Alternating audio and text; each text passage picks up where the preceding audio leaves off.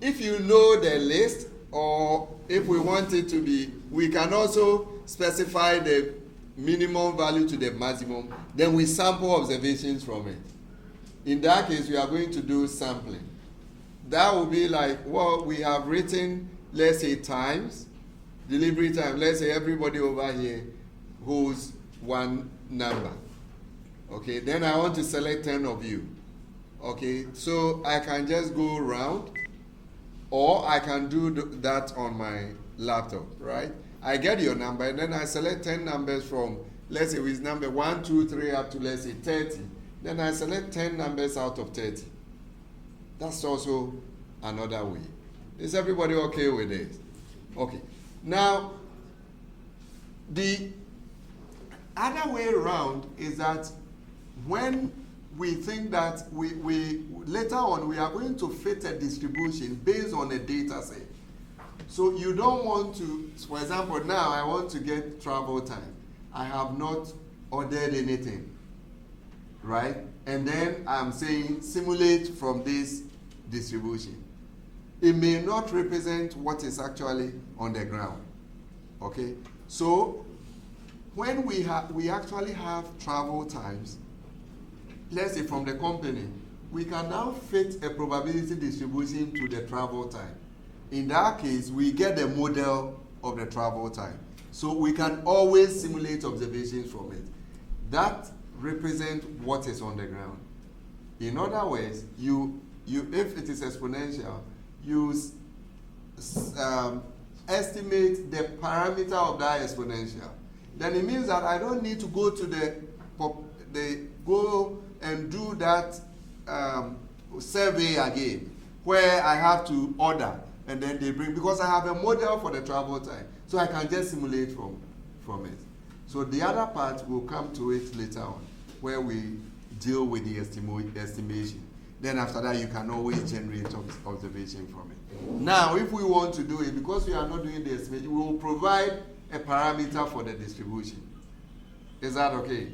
That may not be reflective of what happens on the ground. But if we had the data, real data, then we can actually get the parameter estimate from it. And then we can always use that model all the time.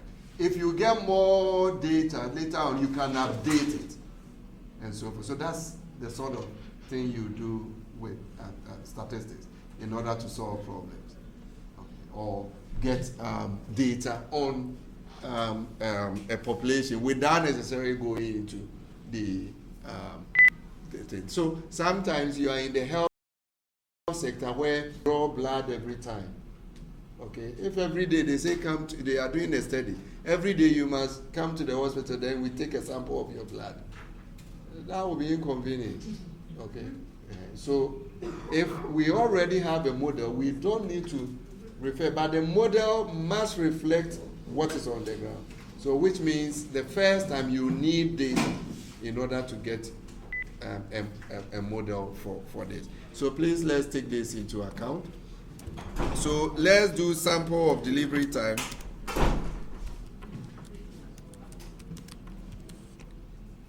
So one way is to use the exponential, as you said, but we need to give what? A parameter. Now the question is, how do we choose the parameter now? What will be the value? So another way to think through this is that, well, if I'm giving it a travel time, then what is the average that I have in mind? I said 7, right? Isn't it? 7 minutes. If it's 7 minutes, then I will now get an exponential distribution in which the average is 7 minutes. Is that okay? Which means I will choose my rate as what? 1/7. Is everybody okay with it? Okay. So now let's see. So if you don't do that, you will simulate and it doesn't even represent what is on the ground at all. Okay. So we do RESP. N is the sample size. So what sample size do we want to take? Maybe 50. Then the rate is the lambda. right? So N, let's give 50, and then rate, we give it what? 1 divided by 7. So we are all going to get our simulated values. And of course, if you want, you put this in parentheses so that when you run it, what will happen? So it will assign it and at the same time display it. Is that okay? So let's do so. So you realize that we are all going to have different travel times. So you can check. But if we want to get the same samples, what do? We will set the seed, right, and so forth. So let's look at the histogram of our travel time. Or delivery time, I should say.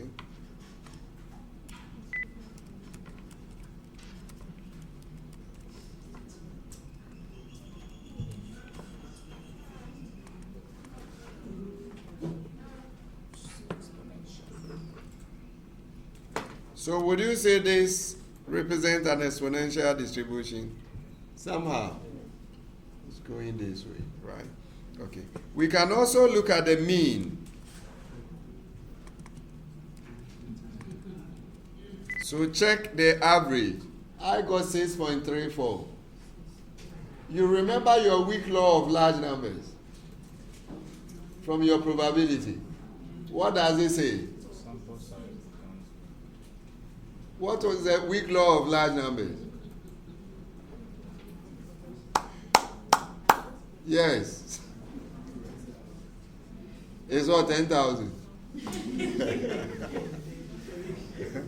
Okay, so what we are doing, if I change the sample size to, let's say, 5,000, and then I find the mean, you realize that the mean will be closer to the 7.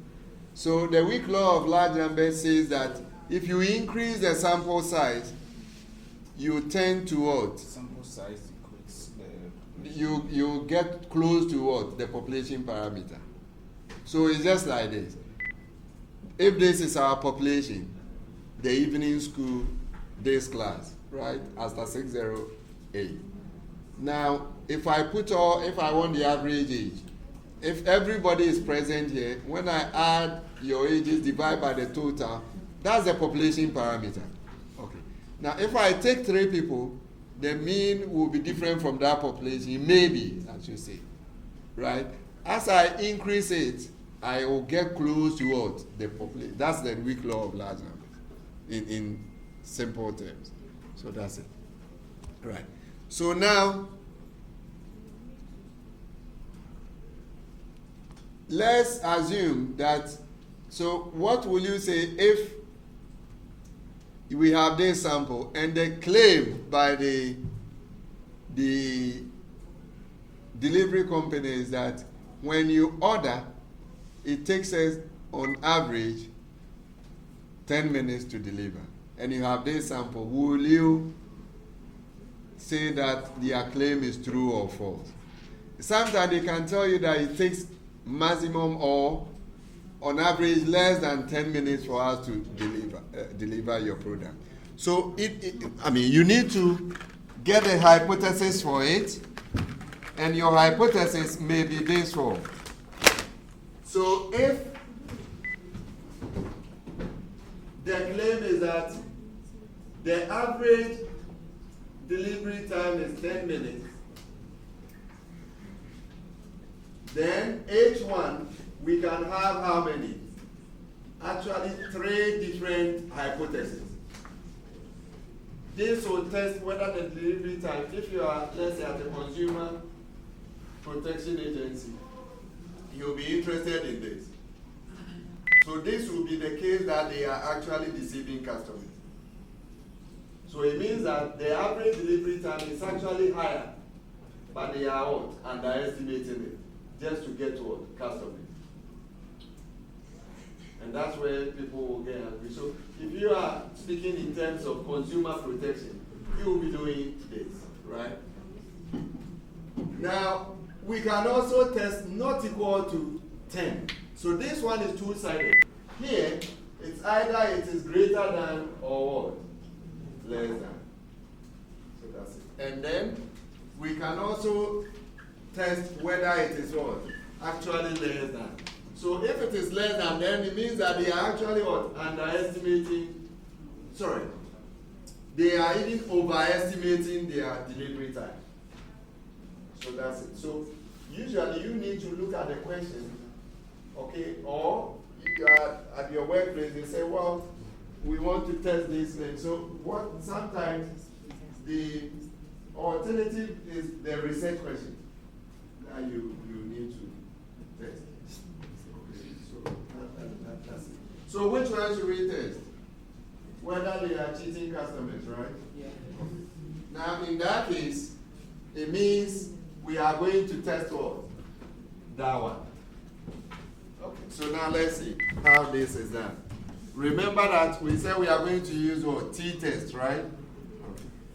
We know our average under H naught and so forth. So let's see.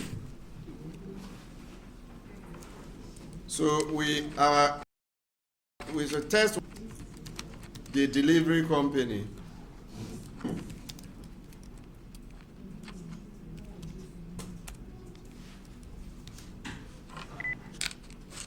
Yes.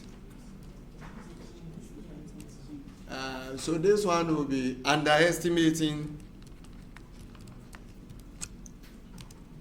their delivery time or its delivery time.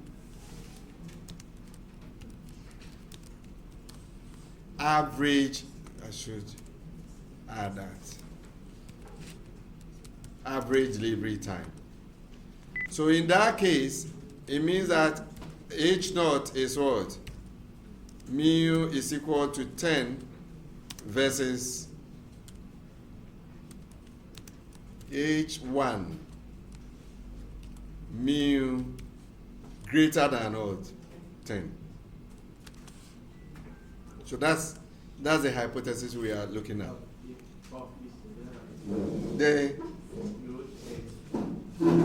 Okay, sorry, 10.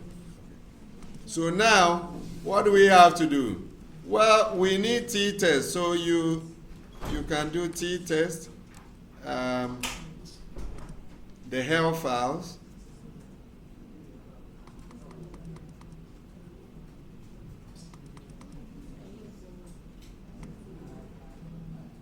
So you copy that one, and then we will put in all the values. So here, S will be what? Delivery time.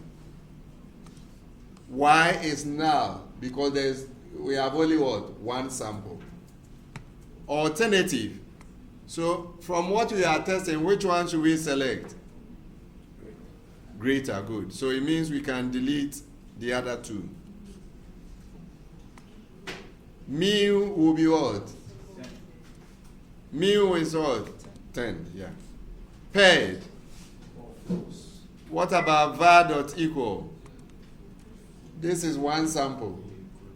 So it's actually false. You can just leave it like that. Then the confidence level. Do we want 95? Yes. Okay, then we delete the triple dot, and that's it. Okay. So with this, we can now run our test and get the results. So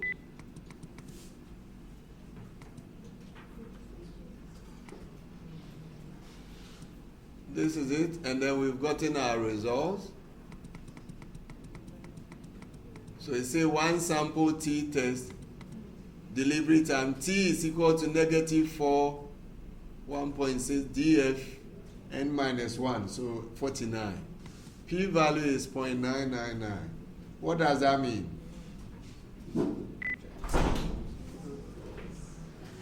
The p value is 0.999. What do? We fail to reject. What does that mean? Hey. Time is 10. The mean delivery time is the average. Yes. So it's actually either 10 or less. In principle, that's it. Because the alternative is strictly greater than. So the complement of that is what? 10 or less. Yeah. Okay. And if you look at it, over here, you see that the 95% confidence interval, so the true mean, let's look at the alternative. The true mean is what? Greater than 10. Yeah. Okay. Look at the 95% confidence interval. It's from what? 4.86 to what? Infinity. That encloses 10. And that's why we cannot reject the null hypothesis. Okay. And then the sample mean is what? 6.34. Your own may be different. Who?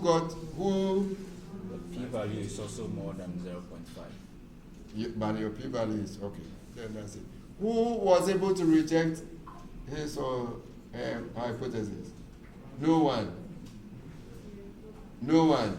Okay. Now, can we go back? Let's get another delivery time. So in this case, let's change it to, let's say, 15, right? So, oh, where is it? This one. So I'm going to copy it again.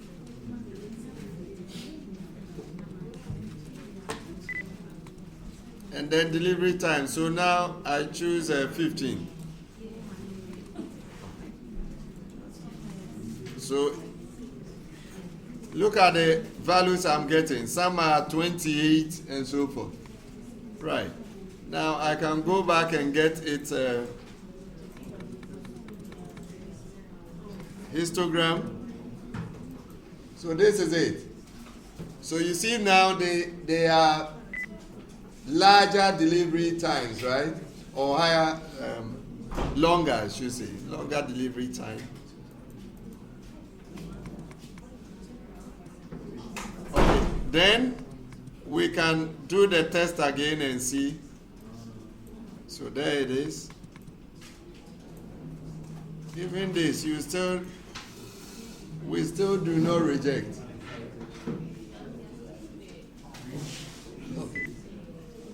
So, and this is what I was talking about. So remember that they said on average it was 10 minutes, right? Look, in some cases you get 1 hour. Yes. In some cases it took 1 hour, but still we couldn't reject the null hypothesis. And this is what I was talking about. If you are the one that experienced that 1 hour, you will never recommend the company to anybody again. Okay, but it's not wrong. That's variability within the data set. So in hypothesis testing, we take into account the variability. And look, most of the values were less than 10, which means majority of the deliveries were less than 10. But occasionally, maybe traffic and other things, and then it goes that way. So, and we all experience it anyway. The rider will come, you check the app, and the next time it says one. Okay, so forth. Okay, so basically, these are the way you can actually use this kind of test in our everyday life. Is everybody okay with this? Now, there are certain things we need to also know when we want to test a hypothesis. So, for example, this t-test we are doing assumes that the data is normally distributed. Right? Yeah. That's it. Now, if these assumptions are not satisfied, we can resort to a non-parametric method approach. Okay. So for you to do this, you usually will start in your thesis. If you want to do some of this, you must test the assumptions. Okay. So we have to take normality assumption. That's also what? A hypothesis. Yes. So the normality assumptions is One of them is the Shapiro test, the Shapiro-Wilk test.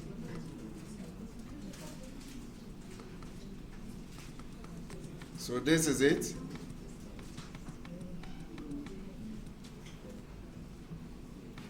Okay. Now, so this, we just pass through, we just pass the data through it. So this is delivery time, and then we get the statistic.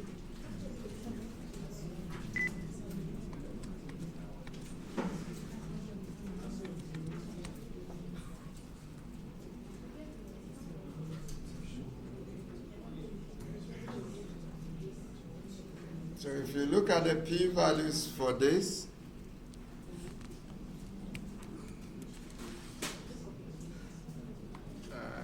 where's the insurance data? Last week we used which one? Is it the auto BI? Okay, so when you finish, also check the Shapiro. What data did we even use? The auto BI loss, right? That was very, it comes nowhere near normality. So in this case, our H naught is that the data is normally distributed. Okay, so you check all these two. You see the p-values very small. So we'll reject normality for each of them. Which means the test that we are doing, we are not supposed to be using the t-test. Is that okay? Yeah. But if we check a data set like, let's say, which other data have we been? There was one that did not deviate. Even our Akosombo Dam data. We can now test whether that data is normal or not. Is that okay? Let's see if I have, do I have,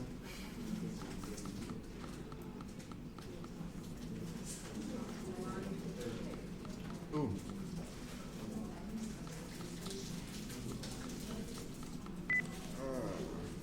Okay, I have to go and load my date.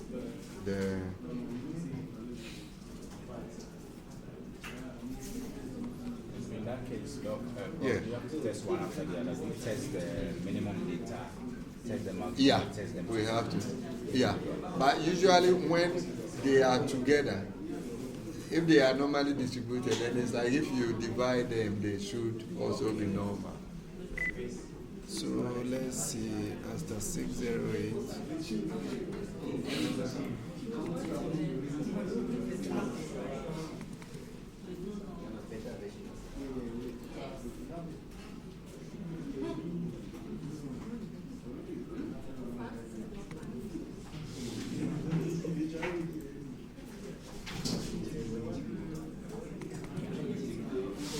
Is it normally distributed?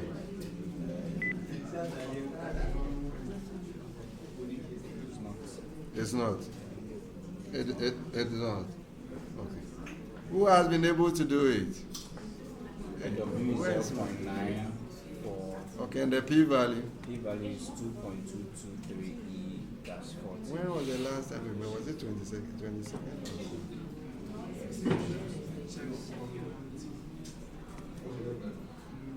Wednesday, yeah. Okay, then it's.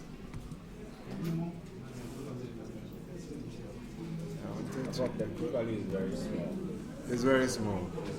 2.2243 E. 2.22. 43 E dash 40. Oh, then it's very small. Yeah. So you can't accept normality. Yeah. Okay. And that actually calls for not, fitting a normal distribution to it. Yeah. I want to see if I can get my how did I even water level?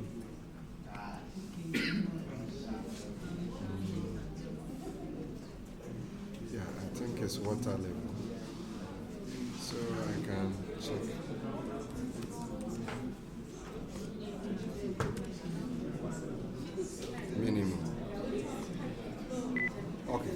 So we can't, it's not normally distributed.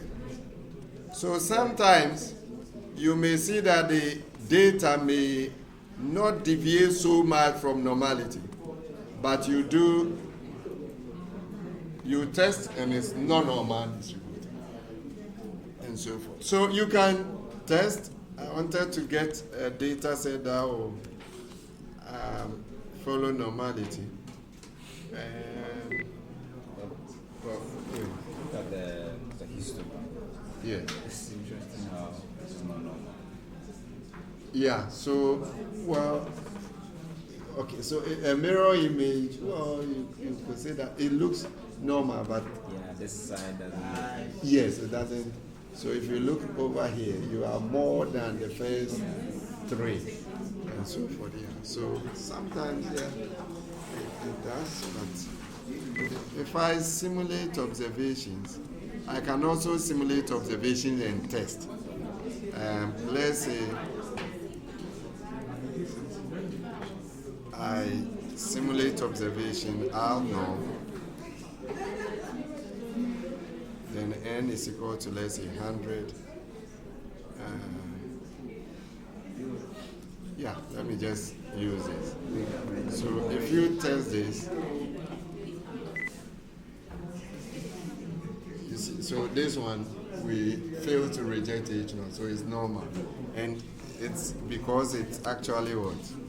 From a normal distribution, yeah. So if we are right, the data may seem that's why it is always not appropriate to use descriptive statistics to make conclusive statements about something. Okay, so have you done the Akosombo one? You have to, just Shapiro, then the water level minimum, maximum. You realize that you reject normality. But when we plotted it, you see, we were saying that it doesn't really deviate from normality. Yeah, so in statistics, if you want to make conclusive statements, you don't use descriptives. Okay? And that's why we say, well, for example, the polling that they are doing, they say, well, 63% support this. You have to be careful because there's no variability attached to the value. What they are saying is descriptive. Is that okay? If we put a confidence interval to it, that's 63, maybe it will start from 0.3 to 0.75. Which means in principle, you can also find 30% supporting, and that's also okay. Yeah, so you have to be careful when somebody is pushing decisions down based on what? Descriptive statistics. They will say, well, the people will not understand, and so forth. You need to put it down. You are not only talking to the people around you, there are also academics and people outside. You may have somebody who is not even in Ghana, doesn't understand what goes on here, and take only that descriptive aspect to make a decision, and so forth. Okay, so these are all part of the things we must look at. Please, any question? Okay, so that is one. Now let's move on to the two sample case. So in the two sample case, we can now have maybe two delivery companies. Especially if there is one delivery company and then you are coming in now to what? To compete. Then you must tell us that you will deliver even faster. Otherwise, nobody, if you come, these people are saying, well, if you order, it takes out on average 10 minutes. You come, you say it takes out on average 20 minutes. Who will come to you?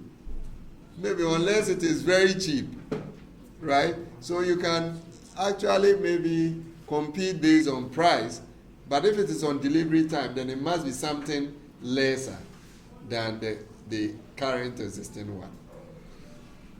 Okay, so what do? We can simulate a new delivery company, right? And compare the two. So what do? Let's now use delivery. We call it delivery 2. So that we are going to sample observations. So one we use distribution, the other we are using a sample. In all this, we are learning how to simulate from different angles. So sample, it can also be used to do this. So here, X, we need to give it some number range. Okay, so you have to check, this is a new company, so maybe 5 to, let's say, 1 hour, right? Then there will be 5 to what? 60. How many observations are you selecting? That is a size, maybe 30. They are new, so we don't have that much. So I can compare two different populations. They may not have the same size. Is everybody okay with it?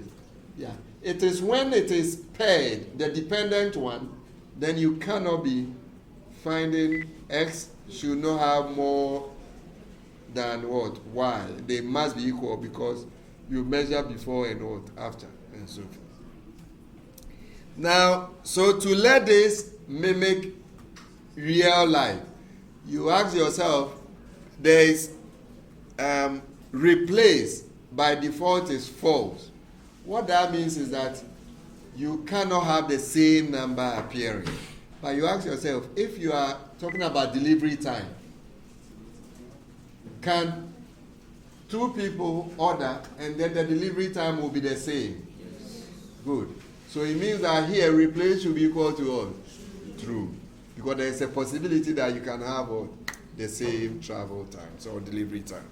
So you do replace is equal to what? True. Then we do this. So get your sample delivery time. You say, I got 46, 8, 31, and so forth. Okay. Now the question is, can delivery company 2 say that they are better than the previous company? So the question we are trying to find is that is the new company, or does the new company deliver goods faster than the old one?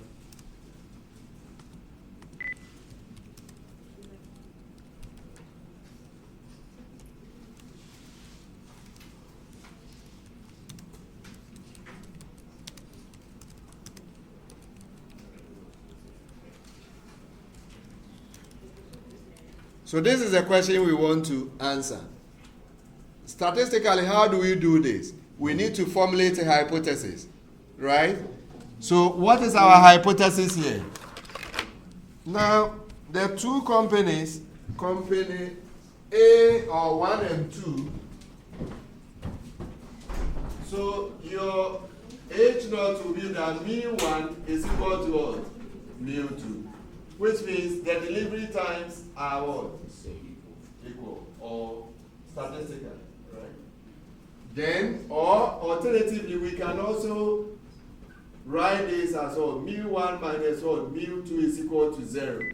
So we can send mu2 to the other side. They are the same. Then H1.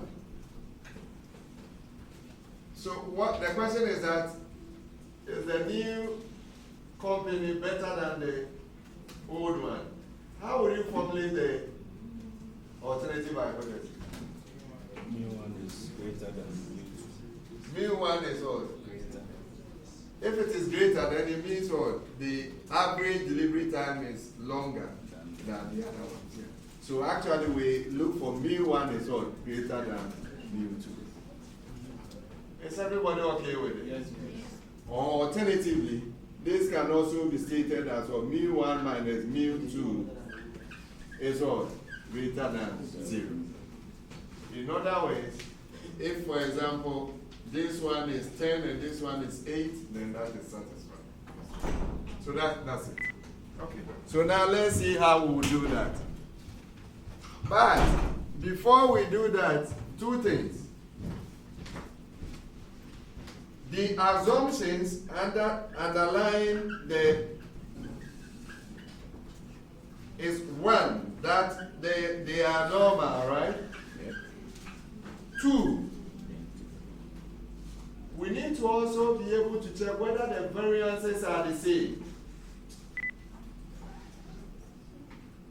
called homogeneity. So we check, are they homogeneous?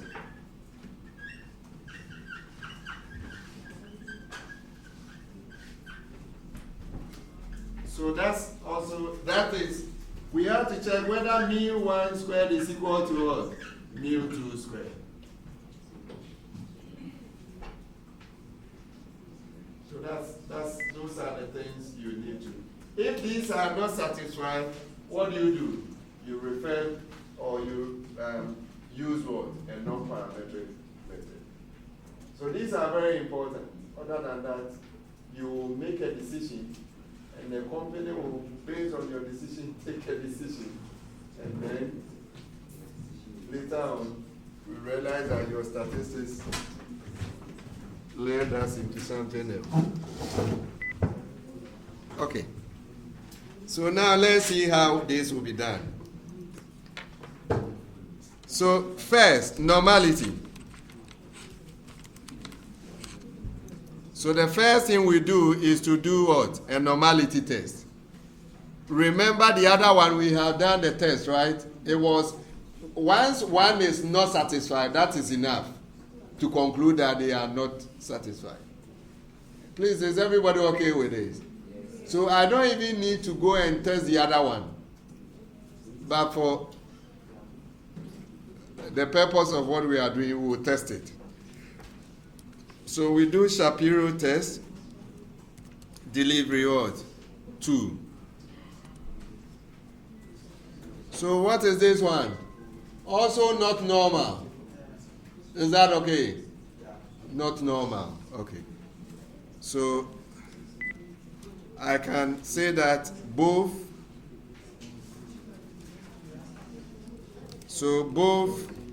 samples are not normal. So that's our comment. Then II.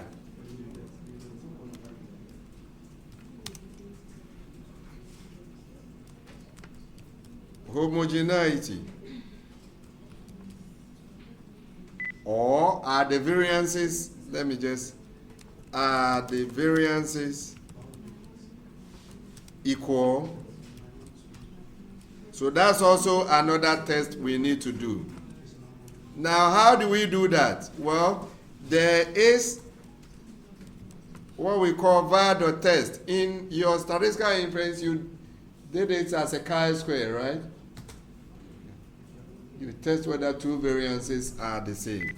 So var test is like this. It performs an F-test, rather, that variances of two samples from normal populations. Our samples are not even from the normal populations, but in the R, we expect that. So there it is, just var.test.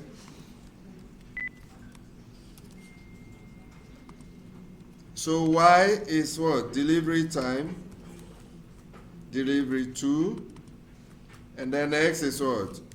Delivery time. Okay, so there it is. We do this. It's the same principle we are going to use to do this. So it says this is what? F test to compare two variances. The data is given. F is very small. Now, if the variances are the same, what will be? Look over there. Sigma 1 squared is equal to sigma 2 squared. If I divide both sides by sigma 2, what will I get? 1. So I'll get 1 on the other side. So it means that if they are the same, then the ratio will be what? 1. Good. So that's the idea you use for this test. Okay. So the F is actually that division. This S1 squared divided by S2 squared. So if it is less than 1, what does it mean? Like this. What does it mean? Not that they are not equal. What does it mean? The down one is what? Is greater than the other one. So in other words, delivery 2 has what? A higher variation than what? Delivery 1. Is that okay? The times they deliver in 2, they differ so much. So today you got 5 minutes, the next time it is 1 hour. And so for that's the sort of thing you are getting. Okay. Then we have the numerator degrees of freedom and so forth. The p-value is 0.34. So what will be your decision? What will be your decision? We fail to reject. What does that mean? No. Remember, H naught is always the status quo. It's like there's no difference. Do you get it? Usually, no difference. Equality. Yes, it means the variances are not significantly different from each other. Yeah. So even though the F says that the denominator is larger than the numerator, statistically it is not significantly different. Okay. Please, is everybody okay with the way we are explaining things? Yes, I am. Okay, good. All right. Let's move on. So, our conclusion here is that variances are not what? Different. Or alternatively, we can say that the variances are what? Equal. That is, variances are equal. Okay. So 2 things. Now we know that the assumption of normality is what? Rejected. So ideally we should be doing what? A non-parametric test. Okay.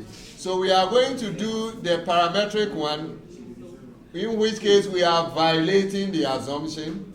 Then we now go on to do what? The non-parametric one. Is everybody okay? Yes. But ideally we should be doing what? The non-parametric. So parametric, I'll write there not recommended.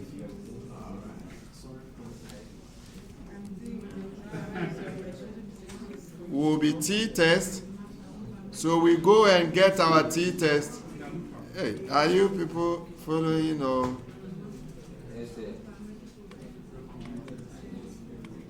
Okay, so we go here, we copy. X is equal to what? Delivery.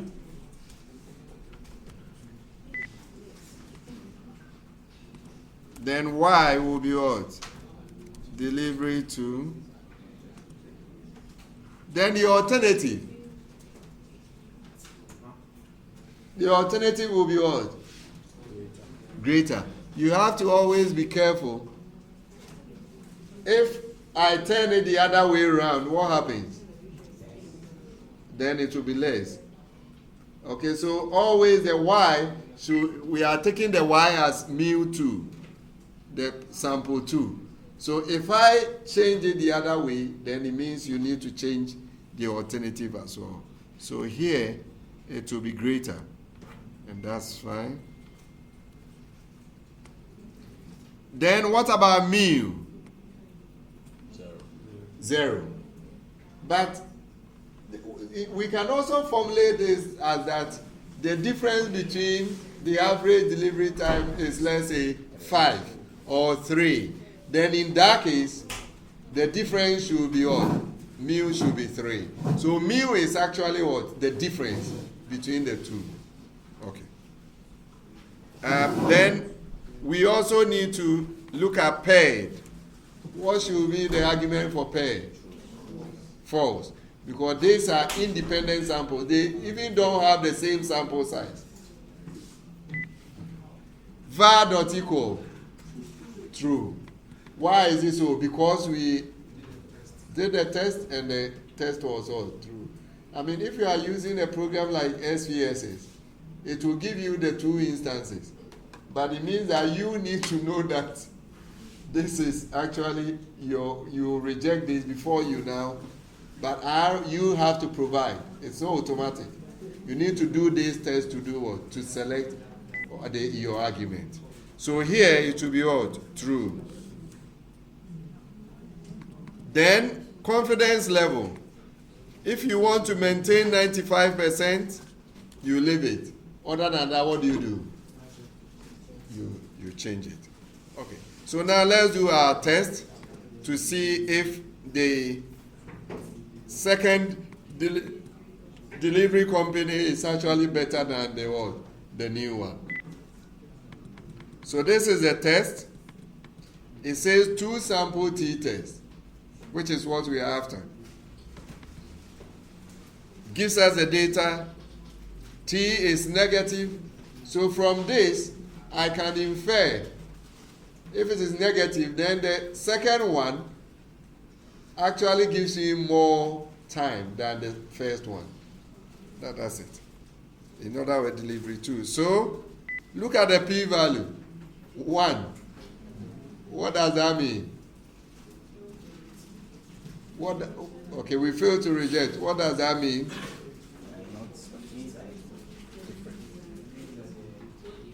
There's no difference between their delivery time.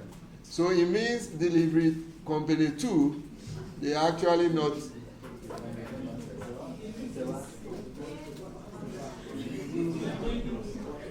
They are not really performing, but.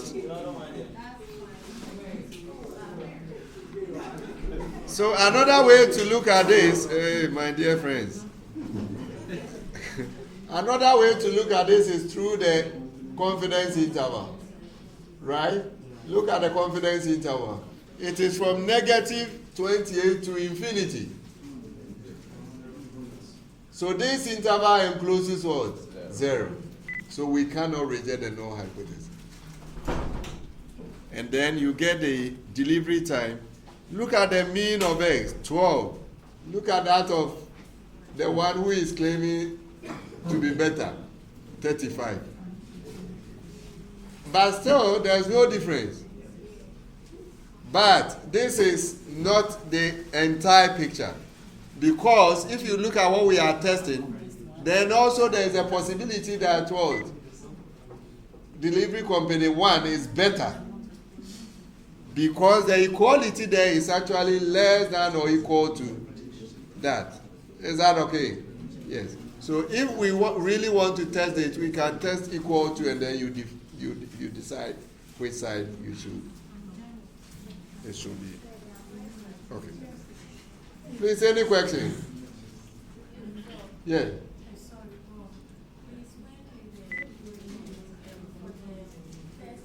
Yeah.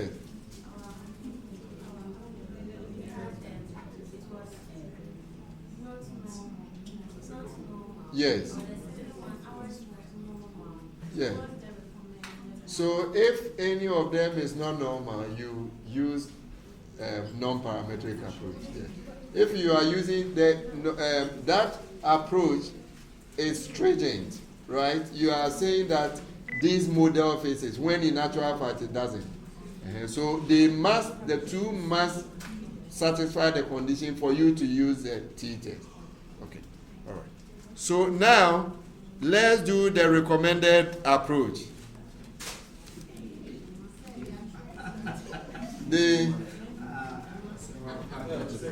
What is going on?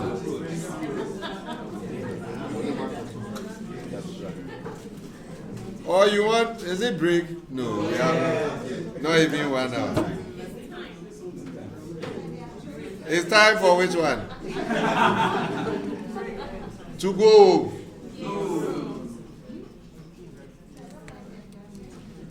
So non-parametric test. So this will be the recommended one. So here we'll say that since normality was rejected, we resort to what? Or we use the non-parametric test. And you've done all this, isn't it? So in now we use what? The Wilcox test. So this test, so called the recurrence rank sum and signed rank test. Actually, you can have one sample or two samples, just like what we are doing. So in this case, what do? We use a two sample test. So let's copy it and paste. These are so many arguments, but the x and y are the same. So we go here and copy. Please take note of this. We don't have time to be typing. So we just copy and paste over here, x and y. Alternative, still greater, right? That is the same. Mu is 0, paired, false. Right. Exact. These ones, we can leave them. These are technical stuff, but we don't need any of them. Confidence interval false. We can let that to be true so that we get a confidence interval as well.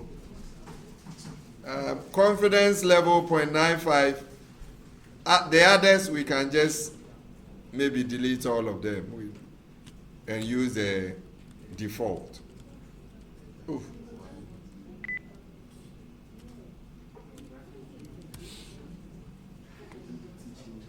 Okay.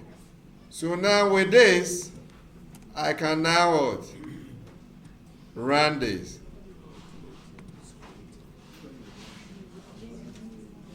So everything is almost the same paired with the exception of these other ones, exact, correct, and so forth. They are almost the same. So let's see what happens. Exact is what the default? No, so it's fine.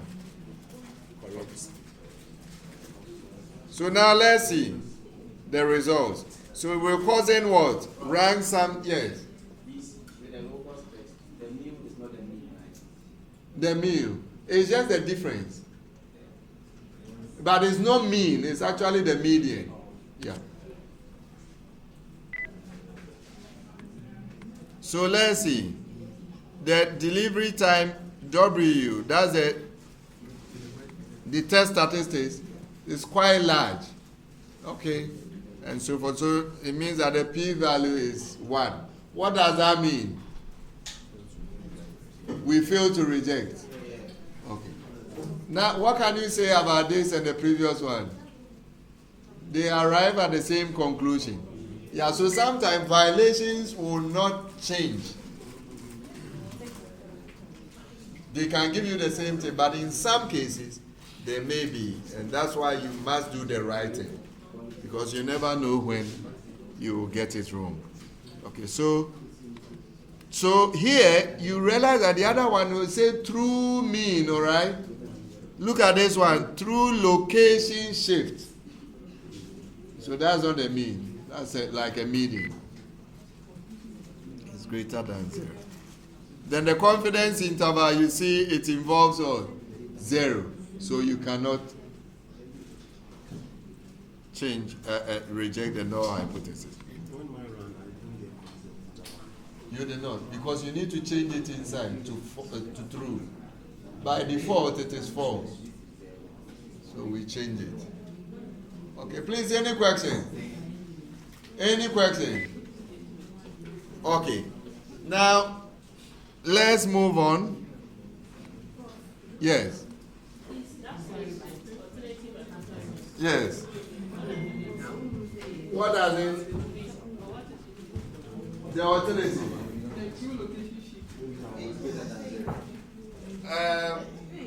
No, let me get your question.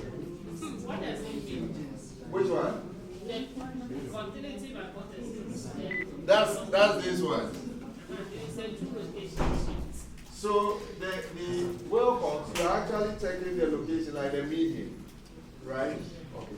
So what we are saying is that the two distributions, the medians are the same. And then we are checking the difference between them. So the shift between them, is it greater than 0 or no? It the other one it will be the average or the mean. The difference in mean is greater than 0. Yes. The conclusion. Okay. So in this case, what we are saying is that we reject we refuse to reject. The delivery times, the average delivery times are the same. Yeah, they are not different.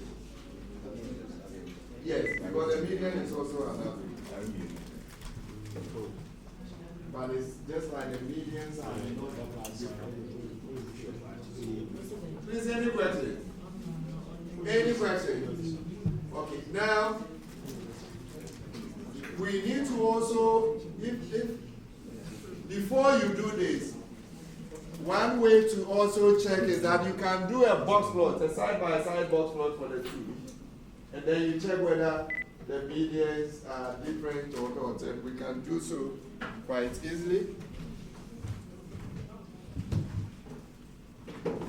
Now, so, but that's just visual inspection. So visual inspection, it means that we need a box plot, and you can actually put them in a data frame, because in that case they will just it will just give you a side-by-side box plot. What's happening? Oh, okay. So that's we can't. I cannot. Yeah, there's a fix for this, but you see what is happening. I put them together in a data frame, but that cannot be. And why is it so? They don't have the same sample size, so that rectangular nature cannot be done. However,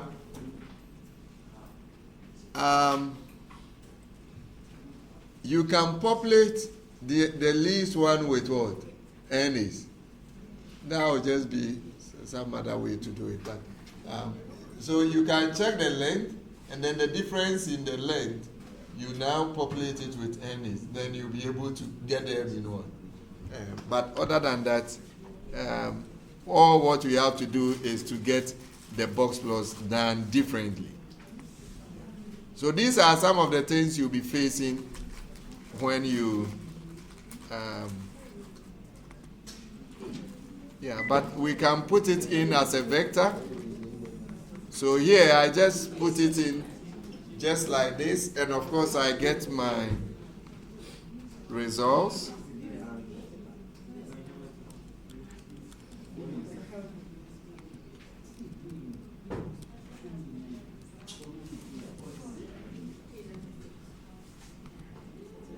Okay, so this is it. So now you understand why normality was rejected for the two. So the first one, which is delivery time 1, has even outliers, right? And that's the exponential.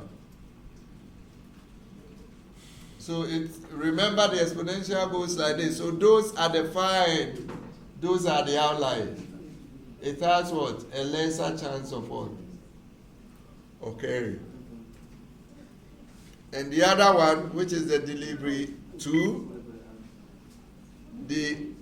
so look at the medians. However, we've been able to show that they are not what? Significantly different. Is that okay? Yeah. So that's what I was talking about, that in statistics, equality does not mean the mathematics equality. Okay. Any question? All right, okay. So we need to move on. So now more than 2 populations.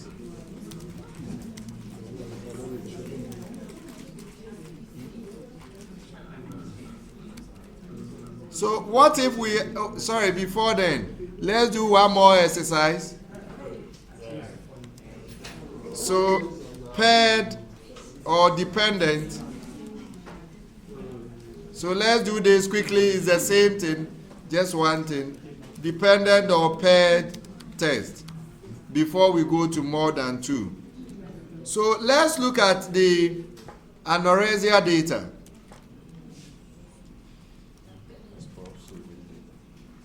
So library mass. And then there is a data set called anorexia.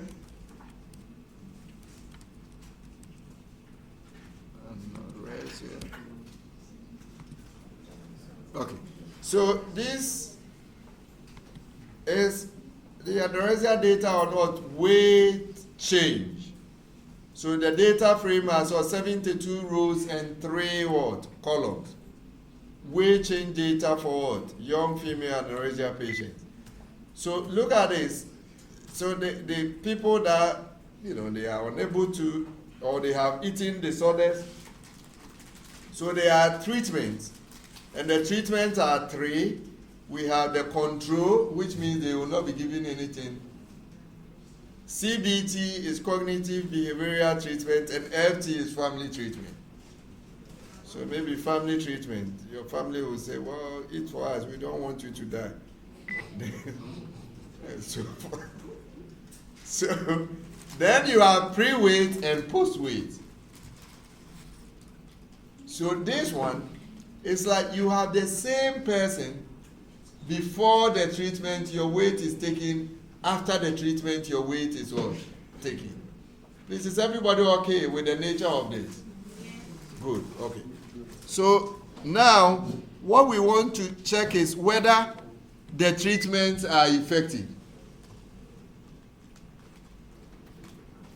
If they are effective, then we expect. What do we expect? Are you sure? If they are effective. If the treatments are effective, what do we expect? We expect the post-weight to be what? Than the pre-weight. Is everybody okay with this? Okay. So if you are a nutritionist, your interest is in checking whether these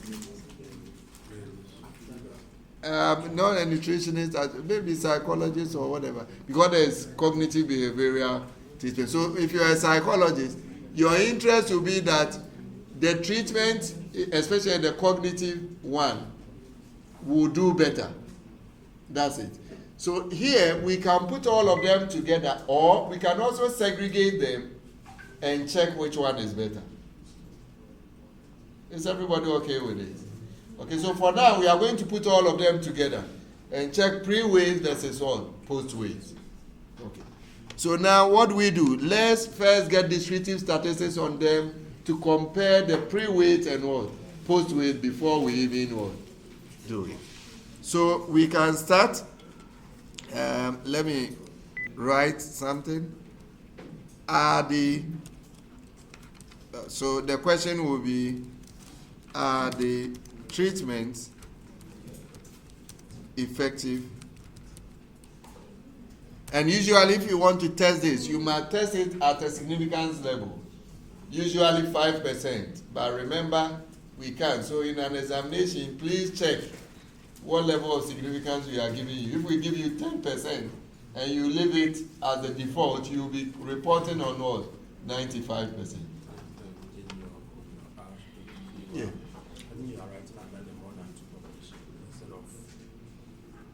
Oh, sorry. Thank you. So this shouldn't be added. Okay, so let me put it somewhere here. When we finish with this, then we come there. So here, our question is, are the treatments effective? Now, let's do descriptive statistics. So let's library mass, not mass, psych.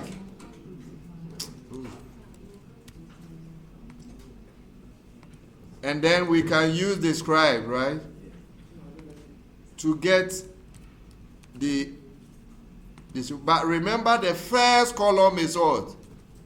Is Treatment, you don't need any statistics on it.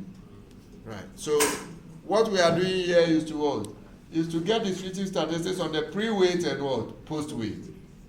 That's what we want to check. And there it is. So we can now check. So each of them has how many observations?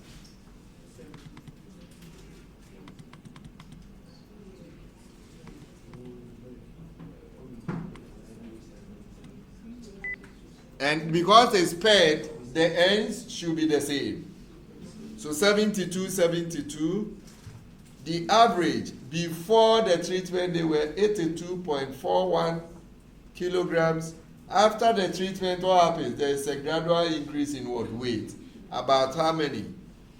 Close to what? 3%, right? Sorry. No, close to 3, let's say, kg increase in the average weight. It is this way that we want to check whether they are what? Significantly what? Different. Okay. Next is the standard deviation. So before the treatment was around 5. After the treatment we saw that there was what? An increase in the variation. In other words, some have gained so much, some have also lost, and then you have median. The median is also what? Greater. Yes. So what can you say about the pre-weight? The distribution of the pre-weight based on the averages.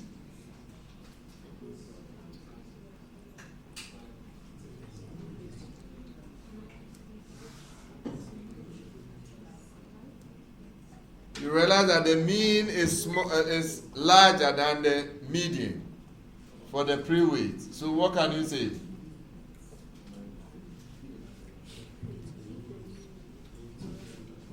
The mean is 82.41. Median is 82.30. So that's slightly what? Positive, right? No, you have, most of them will have smaller, they weigh the lighter, right? And then you have some, 1 or 2 people having some larger weight. That's why the mean is slightly. So most of them will be on the left-hand side of the mean or the median.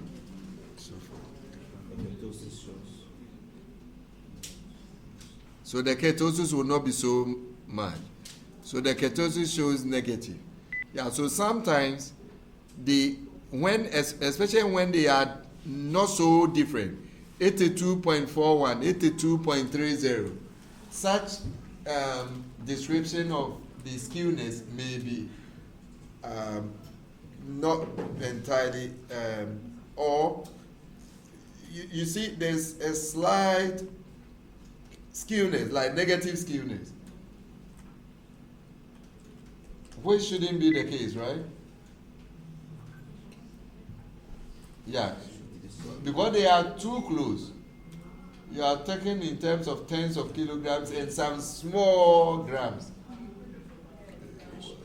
0.41 as against 0.30. So its interpretation, you have to be careful. Yeah, because sometimes it tells you that it's positive, but actually, if you calculate it numerically, it's what? Negative. So the skewness is not that profound. It's just close to 0 and so forth. All right. So this is what we are dealing with. But look at the maximum before the 94. After somebody gained as much as what? Yes. So that's almost like 10 kg, which means it was very good. It was effective. Okay. All right. So now let's see. Now, so these are the numerical one. We can also get a box plot of the same.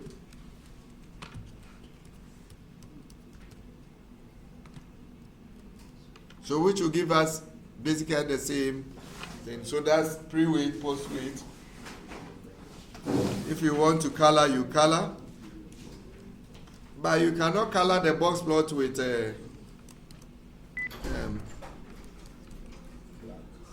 black. Otherwise, you lose what? The medians. There we go. So in this, you realize that there are no outliers, right? There are no outliers at all. All right, okay. Next, we have to test for normality, right? And also what? Equality of the variances.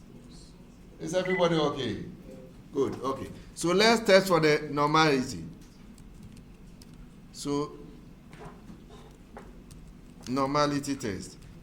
So for the pre-weight, I suspect normality, right?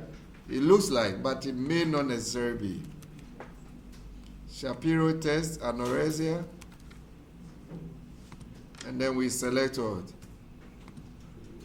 Post-weight. So I'm doing the post-weight. So this is, yeah, but it's not so profound. It doesn't deviate from normality so much. But we still what? Fail to reject the, oh sorry, we fail to reject, right? So it's normal. Yeah, so. Then the pre-weight will even be more.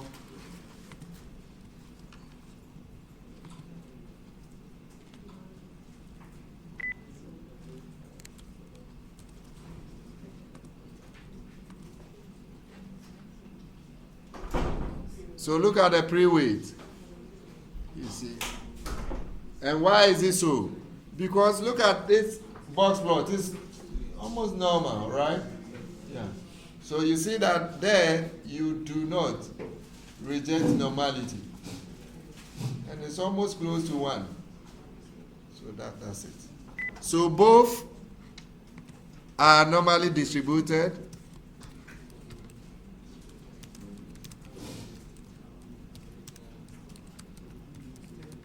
Yes. Both are what? Normally distributed. Is everybody okay with this? So this one, we are at liberty to use what? The t-test. So these are very important if you, but look at the way we are going through this. We first check the descriptives to give us an idea what it is.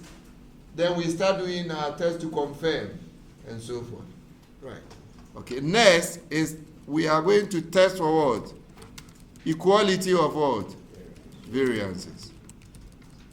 Okay, so that we will use the var test. Then our x is what? Anorexia.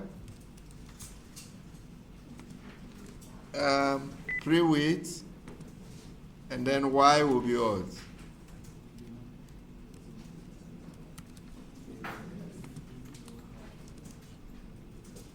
Post-weight. Okay, so we do that as well. And what do? We reject what? We reject it. Equality. So it means they are all significantly different. If you look at the confidence interval, it does not include 1. So this one we can say that the denominator is way higher than what? The numerator. It means the post-weight exhibit much more or higher variability than what? The pre-weight. And you saw that the maximum was over 100. Yeah, and so forth. We can also go back and check the minimum and so forth. Okay, so here, what will be our conclusions? That the variances are what? Are different. So therefore, var.equal will be set to what? It's what? False. Okay. So now we have all the ingredients we need in our, if you should put it that way, to do our t-test.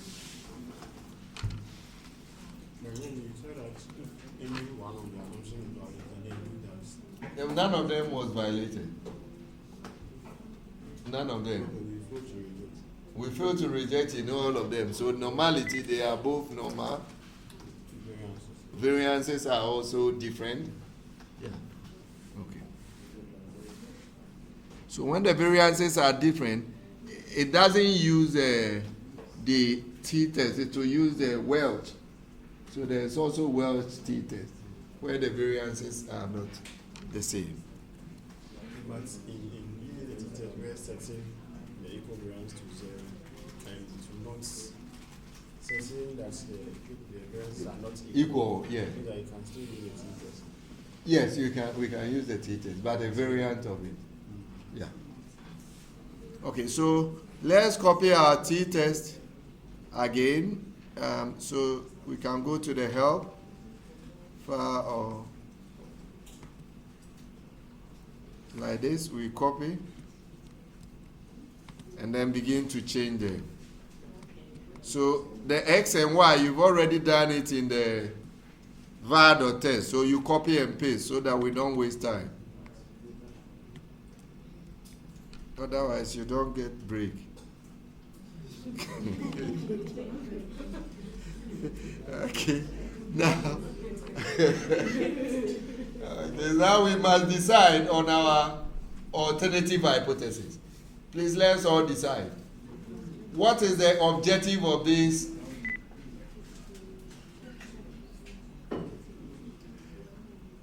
What is your objective? The anorexia data. What is your objective? We want them to what? Increase in their weight will be a success, isn't it? Good, okay. Now, so what will be our alternative?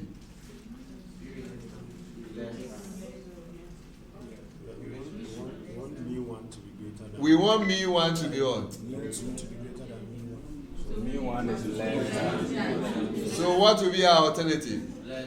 Less. So if you are not careful and you choose the other, you will rather overturn your results. So you have to be very careful. So this one we are testing for what? Less. In other words, the pre-weight should be what? Less than what? The post-weight. The mu is what? 0. Now you have to be careful. So for example, the nutrition, they have, for example, you must get on average above, let's say, 5 kg for them to say that it's a success. In that case, your mu will be what? 5, which means the other one, there must be a clear 5 kg difference for you to say that this is a success. So you have to be careful. This one we just want to be greater. Yeah. Okay, paired is true. Good. What about var.equal? False. Confidence interval. Okay, let's just maintain the 0.95. Then we run this. So there it is. It's paired t-test. Data is what? Anorexia. T is negative, which means the Treatment effects. yes, but the post weight on average weigh more than what? The pre-weight. That's all. Then degrees of freedom is 71. Remember, there are how many? 72. So remember that the paired test, when we actually test the difference, right? So the difference is just one sample. That's why the degrees of freedom is what? 71, which is n minus 1. Good. So then the p-value. So based on the p-value, what will be your conclusion? Reject H0. We do what? We reject H0. What is H0? And there is no treatment effect. There's no treatment effect. In other words, the Post weights is the same as pre-weights. with all the treatments are not what? Effective. So this one we can say that the treatments are what? Effective. Okay, so that's it with this. And if you look at the 95 confidence interval, it doesn't include 0. That's it. Okay, and the difference in the mean is what? -2. And so, please, is everybody okay with this? What does that mean? Main So difference. that's the difference between the average of the pre-weight and then the average of the post-weight. Any question? Okay, please, let's take a break. We finished with the difference. So we started with one sample case, two sample cases where we have independent samples, and then also when we have all dependent samples. Okay. Now we want to move into the case where we have all more than two populations. Okay. Now, so let's go to some of our data. There's a data set on insect sprays.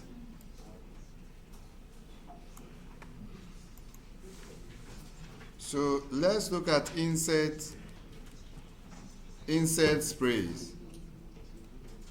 Now,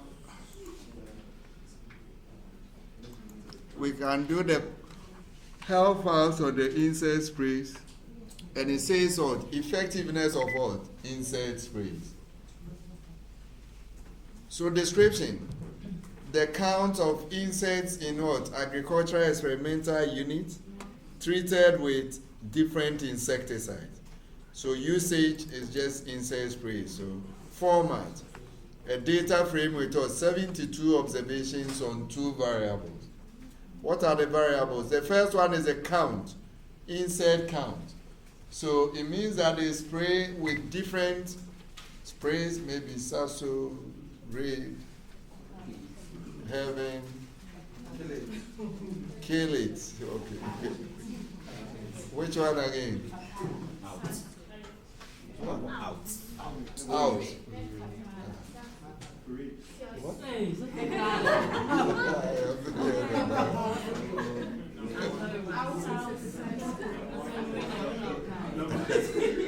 So there are so many of them. Okay. So which one will be more effective? It's Raid, isn't it?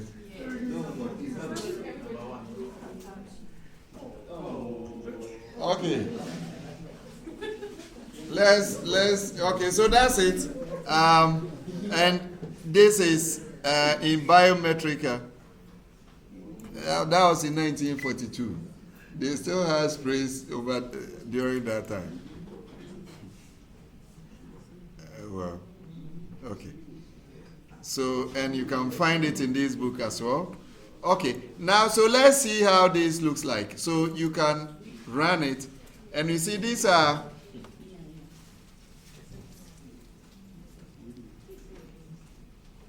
it's just 2 columns. So you remember the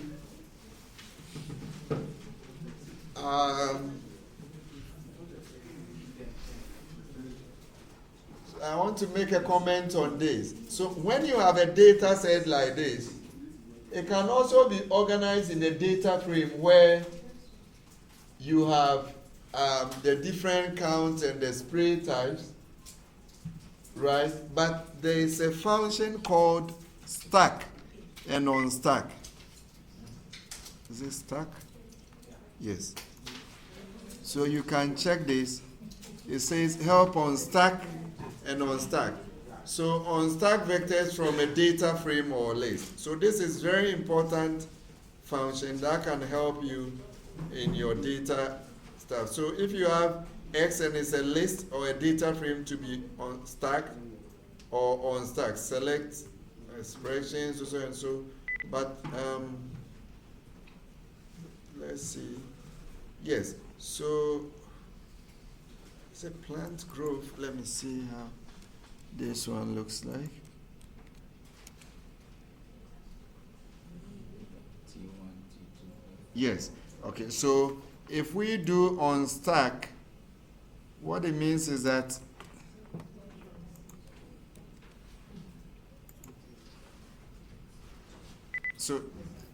you see, Yeah. under normal, you have CT, this is control treatment 1, treatment 2. Okay. So in this case, it's a data frame, right? Yeah. Okay. Now, if I stack it, then it means I'll write 4.17. The second column will be the control one. Then 5.58 is also control, and so forth and so forth. Yeah. So yes, until it gets it that way. So that's the usage of stack and unstack. So please take note of it. In some cases, you may need this to organize your data that way. So for example, when although you can use this in a box plot, I can do a box plot. I'm going to get 3, right? 3 box plots. The first will be control, the second will be treatment 1, the third will be what? Treatment 2. I can also use the formula if I stack it. So what we are going to do, the insert sprays is of the other. If we unstack it, we are going to get it in terms of what? A, then the count. B and the count. C and the count. D and the count, and so forth. Okay. So, but let's move on. So now, let's look at the descriptive statistics. So we start with box plot. We will get a box plot, but now we can use a formula, right? Because of the way the insert sprays is arranged, I can do the formula in which I plot count on what? On the spray type. Okay. So here data is equal to what? Insert sprays, and then count. You have to make sure that the spelling is correct. If not, you go back there and what? And copy it from up there. So like count and spray. Sometimes they may be what? Okay, yeah. Count. What did I do? Okay, so it should be like this. Okay, I can just write spray. So actually, this is a formula. If you want to do this in, this is it. Okay, so when you run this, you get all your box plots. Okay, so this, I can color them. There are 6 of them, so I need to choose 6 colors. You can select colors from, for example, the rainbow, right? So, or you can get colors. So rainbow, I choose 6 colors. And there we go. So, yeah. How about if you use the on stack? Yeah, so if we... You assign a name and... Yeah, so if we use the on stack, we don't even need to assign the name. So on stack, it's going to make it a data frame. Then we pass it through box plot, like that. So another way to do this would have been box plot. Let me just box plot. And then on stack.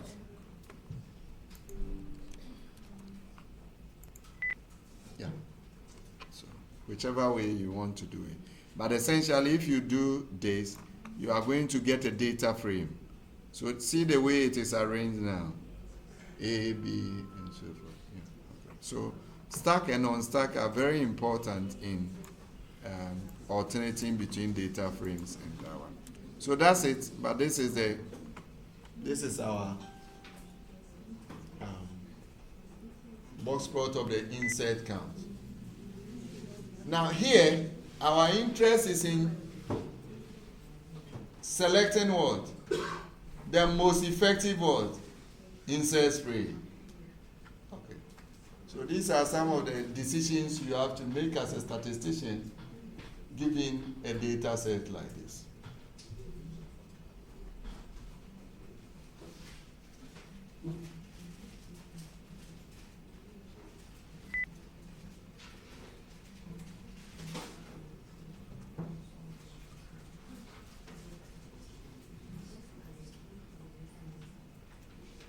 Please, are we done?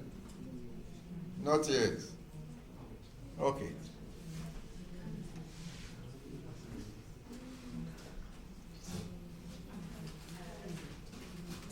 So what can we say about this?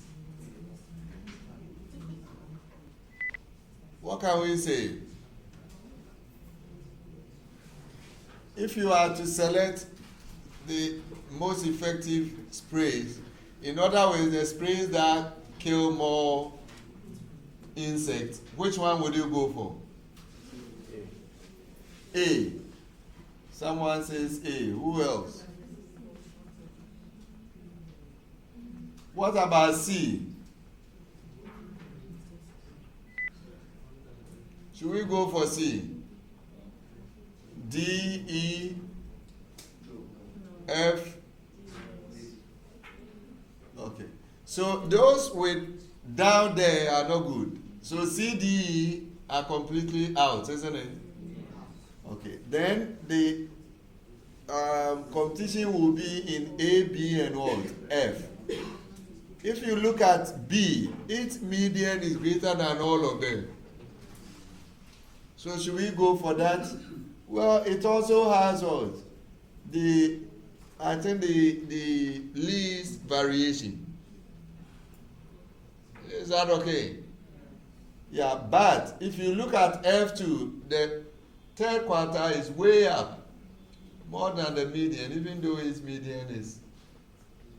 So we are going to go through some of this. So, but this is how you choose, do this analysis, right? Okay. But remember that the fact that this is down does not mean that its mean is different from that of B. We need to test it. Right, okay. Now, so here too, we can also get the descriptive statistics. Let's see if the scribe will work with the on stack. You cannot pass the other one through this. It won't work. It will work, but it won't segregate them like you want. But the on stack one, I'm sure should work. You'll get this descriptive statistics for all the. Okay, so that's fine. Let me close this gap, and then we have this too. Okay, so there it is. It's still. Okay, so this is it. So all of them have what? 12, 12, 12, 12, 12. Okay, so they are the same. Look at the means. So you realize that F has what? F is that has the highest value. Right? And the least is what? C. Right. Median to almost the same, follows the same pattern. No. So the median for B, remember we saw it on the box plot. The median for B is higher than all of them. Okay, but look at the maximum. So look at the max. So F has the highest value, 26. And that is reflected if you see the box plot. It has what? A longer table. Sorry, a longer a box, I should say. And so forth. And the range and what have you. So we can also tell their skewness, those that are positively skewed, and also the negatively skewed ones, and so forth. So you can do these descriptive statistics. But how do we now test to select the best? Well, we will resort to analysis of variance because this one is not paired observations, right? You cannot be in other words, a mosquito in this sense cannot be killed with the same mosquito, cannot be killed with spray A and then spray C. If you are dead, you are dead. Is that okay? So that's it. So they are independent. You cannot be here and be in the other one at the same time. Right. Okay. So now to be able to check whether the averages are the same, we will go through the same criteria. First, we check for normality. Second, we check for all the Equality of the variances. Okay. Now, so test for normality. Now, in the case of the normality assumption, we can do so by checking for every data, right? Okay. But it turns out that if you even put them together and you test, the test results will usually be the same. Remember, if I reject for even one, then it means that all of them should be classified as, because it doesn't really matter. I can have 5 following normality. If one does not follow it, I'll classify them as all not following normality, and so forth. Okay. So it's up to you. Yeah. So if you want to do it one after the other, one way to do it, in this case, they are of the same length. So you can organize them in what? A data frame. Is that okay? Yeah. But in some cases, maybe spray 1 may have 20, where it was used in 20 days. The other one 10 and so forth. That one you can't organize it in what? In a data frame form. So this one, maybe we can do this. So stack, I can test of normality. I can use the apply. You remember I said you should read on this, right? Did I send you the video? Yes. I did. Good. I have very people I can trust here. Only one person. Oh, I should test the hypothesis. Okay. Testimony of 2 or 3. Shapiro. Okay, so Shapiro. Is it?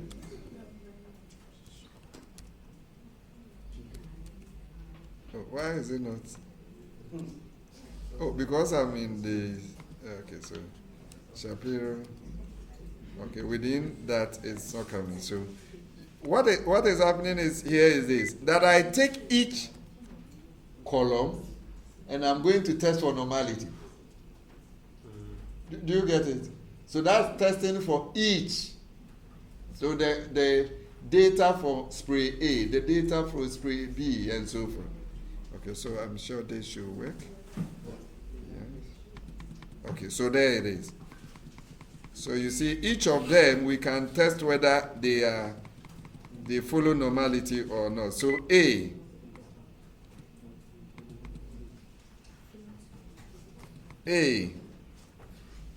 that's normal, right? We should not reject normality. B, normal. C, not normal. So with that, it means that we should resort to what? The non-parametric. Is everybody okay with it? So these are very important. These are the steps you go in choosing a test.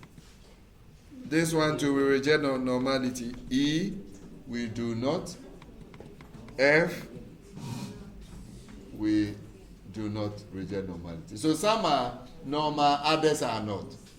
Okay. So ideally we will be doing what? The non-parametric. But for the sake of our studies, we'll go through the parametric, and when we finish, we'll go through what? The non-parametric. Is everybody okay with it? Yeah. Okay, good. So now let's look at the parametric test, and that is analysis of variance. You remember this? Analysis of. So I have intentionally done this. This is what they put together to make ANOVA. So the capitals. So AN, then O, here, and the V is analysis of variance. Okay. So what does this do? So this one tests for what? Equality of what? Equality of means across several populations. Okay.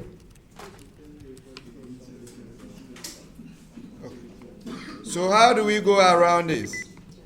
Well, but remember that in this data, ANOVA not recommended. So please, if in an exam, don't be doing this. Not recommended. Because normality is what? Is rejected. So I'll send you this as well. So you see all this over there. So we are just doing it just for that. So to fit an ANOVA,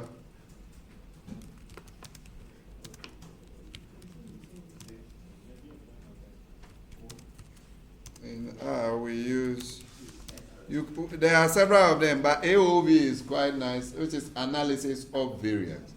So let's look at AOV. Say AOV what? AOV fits an analysis of variance model. Right. AOV formula, so and so and so forth. So this is how the usage is. So let's copy, and then I'll show you what you will need in doing this. So projection and all those, we can take it out. The data, in this case, is what? Insert or sprays. Then we need a formula. What is the formula? It's just like what we did in the box plot. It's count as a function of what? Spray. Okay. But this, we need to give it a name. So we need to assign it. So fit AOV. So maybe we call it fit AOV. What about if you want to use the on-stack data now?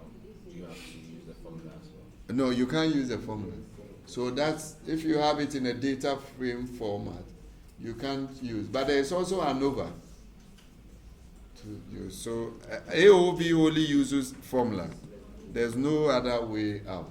So it means that if you have it in a data frame, you have to use stack so that they all come in this one. That's why we talk about that. So usually, if I want to test you to see those who pay attention, like now, in an exam, I'd rather give you a scenario and give you a table, right? Okay. Or in an Excel file, I'm not going to do it like the stack one. So you have maybe 3 branches of a bank. So maybe this is La Paz, this is Legon, Kaswa, okay. And so forth. Right? Okay. So we give you this. Now when you finish, you need to stack it so that when you stack this, it's going to be maybe if the number of something sold, maybe 100 La Paz, right? The next one is 200 La Paz, and so forth till we get to the last La Paz, right? Maybe 80. Then you start 90, then that will come to a level, and so that's what stack will allow you to do. Then it makes it easier to do this because you just have to key in this, and then you stack it and you get it. If you unstack it, it goes back to the other one. So please take note of that. So we could have used this stack to do the Akosomo data. Yes. Yeah. But it means it will be at the top. And the top was what? Months, right? So it means you need to transpose it. Do you get it?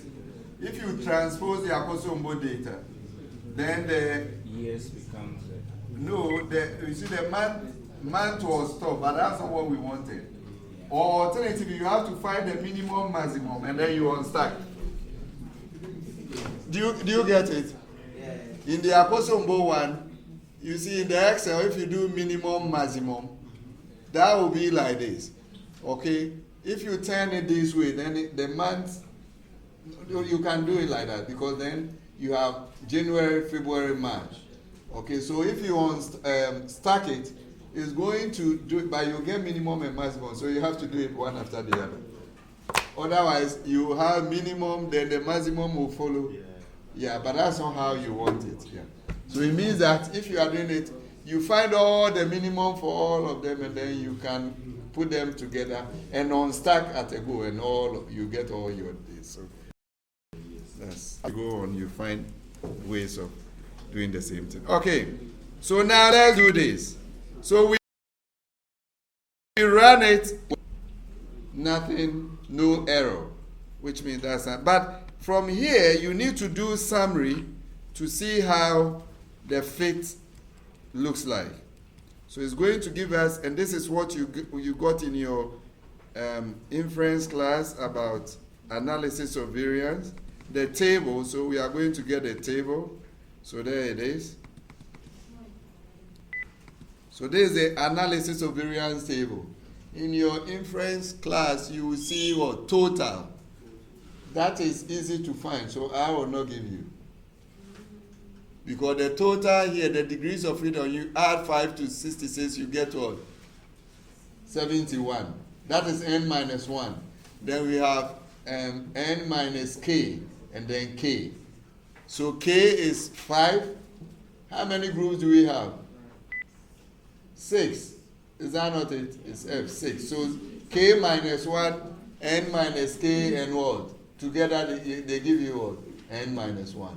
So that's your analysis of variance. Then you have sum of squares, then mean squares, MSE, MS treatment, then F, the F value, and then now what? The P value.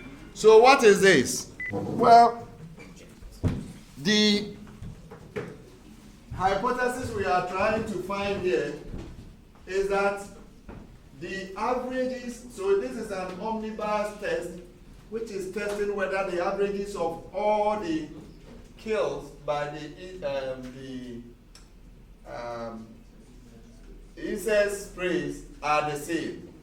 So H0 is that mean 1 is equal to what? Mean 2 equal to what? Mean 6.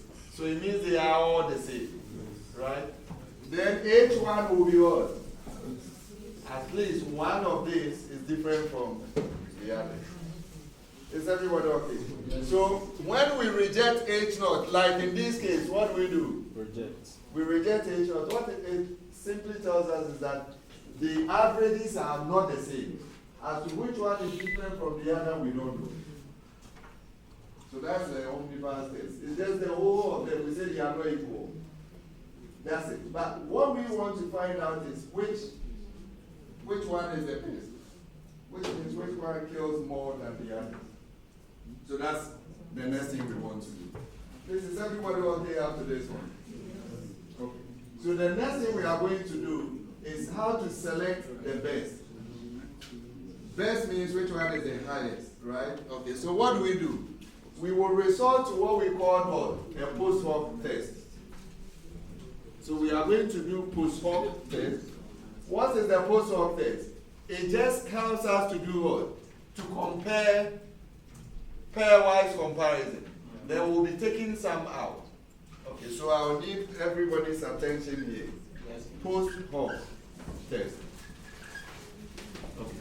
Now, how do we do this? Well, there are several of them in now, but we are going to use the 2K HSD, which is 2K's honest significant difference. Right, so let's do that quickly and try and. Is this our third or fourth week? Third. Okay. So you were supposed to be presenting your proposals, right? Yeah, but okay, I'll put a statement there. You always like postponing.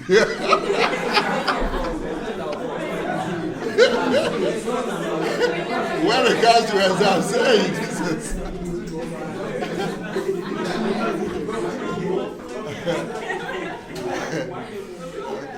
But we will find out, so I'll put a statement. I think we'll postpone it, then you finish the exam, then we. Look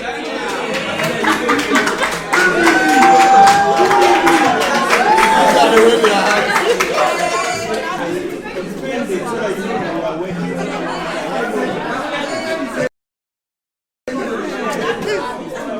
So we want you to work with your supervisor. So we don't bring, we go, and then we now have to come to this. So we want you to focus on the exam. Yeah. Yeah, on the exam. So we give you some time to work on it. Then we all meet. And then that's how that. Yeah. Okay, let's go on, please. Okay, so now they say H0 is rejected, right? H0 is rejected. Amen. H0 is rejected because the p-value. So, okay, so I'm going to do this. So let's say if you are writing a paper, in your thesis you can put all these hypotheses there. But what the whole table, I could also report it as this. If it's in a paper, H0 is rejected, and so conclusion is drawn. Then I put this in bracket.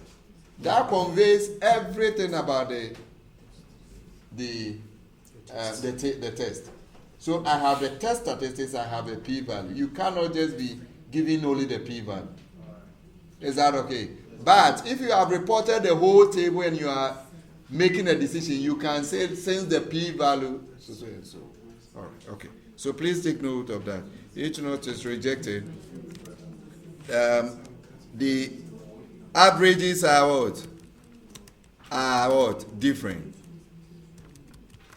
Okay. So question is which one is the most effective? Which one is the most effective? That's what we want to do. To do that, we use the 2K. So it's capital T rather. 2K HSD. So do the question mark of it, and it says compute or 2K honest significant differences. Right. Okay. So what does this mean? X is a fitted model object. So you cannot be putting data in this. It must be what? A model. And that model is from what? A linear model, like the one we did, which is what? Fit AOV. So let's quickly do that and close with so X is what? Fit AOV. There it is. So let's now, I need everybody's attention. We don't need to set the confidence. No, I think it's 95, so that's fine. So it says to case multiple comparisons of means 95% family-wise confidence level. We can change it anyway, but I mean the default. So it gives you the formula and it gives you the spread. Please, let me have your attention here. Everybody, have you gotten this? Then let's all concentrate over here. Once you get it once, the rest you'll be able to do it. Now, you remember the graph we got over here. We are going to check which one is the best, right? So it means we are checking the difference. The difference is like mu1 minus mu2. So, our interest is the largest. So if I compare B and A, and I get positive, the difference is positive. B minus A, the difference is positive. What does it mean? What? Good. So it means that A is not good, right? Okay, but you have to say that statistically, which means that difference must be statistically what? Significant. So we go and check. The lower limit is what? Negative. The upper is positive. Can we say that they are different? No. No. So even though there is a difference between them, statistically it's not significant. So B and A are primarily the same. Is everybody okay with this? Yeah. Okay, good. However, because we want the largest, we will say B is somehow good. Okay, so we move on. It means that I will stop checking A with any other. You stop checking B rather. No, A. Because somehow I'm taking out A, right? So A with C. If I don't want A, why should I go and compare it with C? Certainly, yes. Please, is everybody okay with it? No. Okay. We want the best spray. That best spray must kill more insects. Yeah. Okay. Now, we sprayed it for 12 days, and we are checking the average. So the average of the number of insects that were killed by B and A is, so the one by A is subtracted from B, we get 0.83, which means B is slightly greater than what? A. However, we've seen that it is not statistically significant. Is that okay? So let's say this one, if I want to go and buy it, let's say you're a government agency, and B is a product from China, and A is a product from Ghana. Maybe one D, one there. Then you say, well, due to government policy, okay, there is no difference between this. There is a difference, however, statistically it is not what? Significant. So due to government policy on so and so, we'll buy from A, right? Okay. Is that okay? Good, yeah. So that's the sort of thing we are talking about. I have to also do that before it goes up. Okay, have you all done it? So check. So now I'm going to ask you so that we know that you are actually. What about, so you agree that we shouldn't be considering A again? Yes. Good. So what are we going to do now? Because we say that A, between A and B, we will choose B. So if that is the case, I'm not going to consider A and C.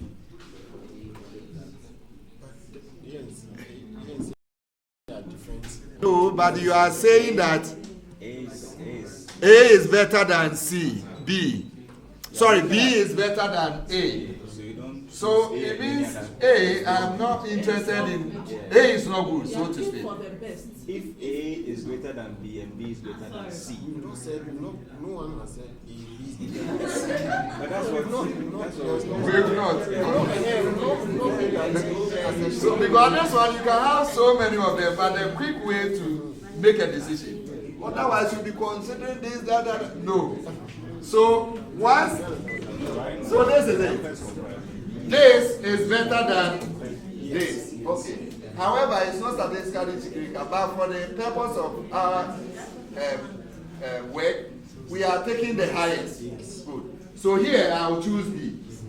If I've chosen B, it means I've discarded A.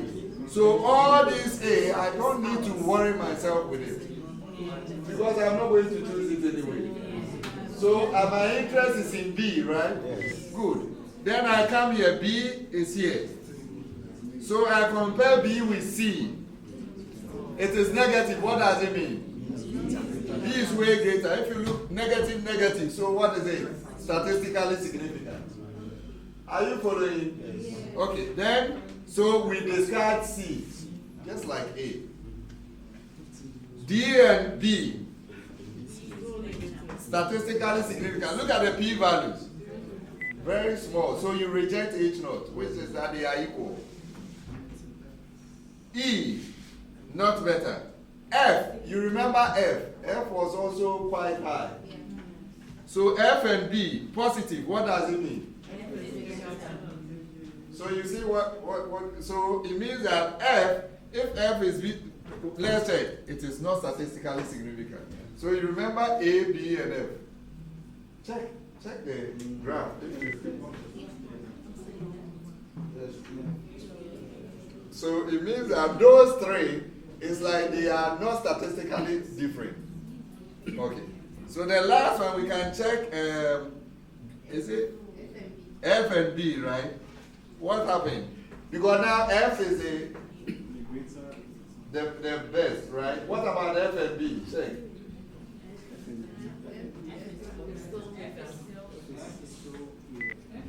F is still that thing is coming.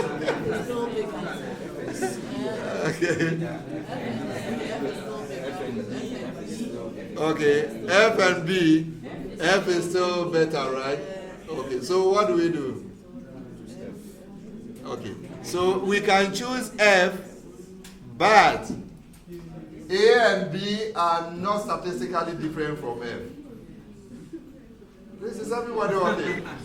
So the best spray is F. However, it is not different from what? B and A. Okay. So that's what I'm saying. So if you were to make a decision, these three are statistically, we can say they are the same or equal. So you can now use maybe other measures. Sometimes it may be pricing. So if let's say F is so high, it's like when you want to buy medication. Maybe you go to Alpha and then you go to the hospital, that's what they do. Or in some of the hospitals, they will ask, what way do you do? Then that will they will prescribe. Yeah, so that's how these decisions are made. So now, what will be your assignment? Now look at, so you are going to look at the auto BI data, right? Okay. Is it auto BI, and then we have, which other one? There's one that we represent by attorney and other stuff. Insurance. No, but the data is in the insurance data package, right? The auto BI. Okay. There was marital status. That has several categories, so we can do this exercise in there and check whether, so if you are the insurance company, those that are married, when they are coming, should you charge them more? Maybe they fight and then when you go out you get and so forth. All right, so we can check all that. Now, what else? Remember that the assumptions were not satisfied. Yeah. Good, okay. So actually, the test we should be doing here is called the Kruskal-Wallis.